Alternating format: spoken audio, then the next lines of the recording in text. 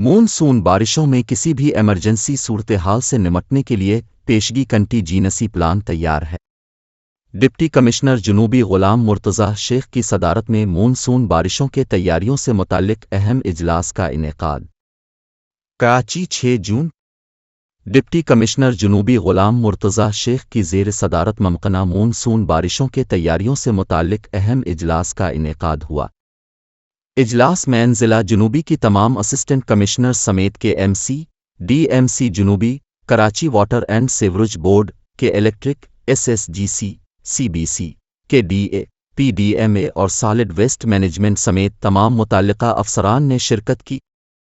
غلام مرتضی شیخ نے کہا کہ مونسون بارشوں میں کسی بھی ایمرجنسی صورتحال سے نمٹنے کے لیے Karachi metropolitan corporation, Karachi water and sewerage board اور ڈسٹرکٹ میونسپل کارپوریشن کی مشاورت سے پیشگی پلان مرتب کیا جا چکا ہے۔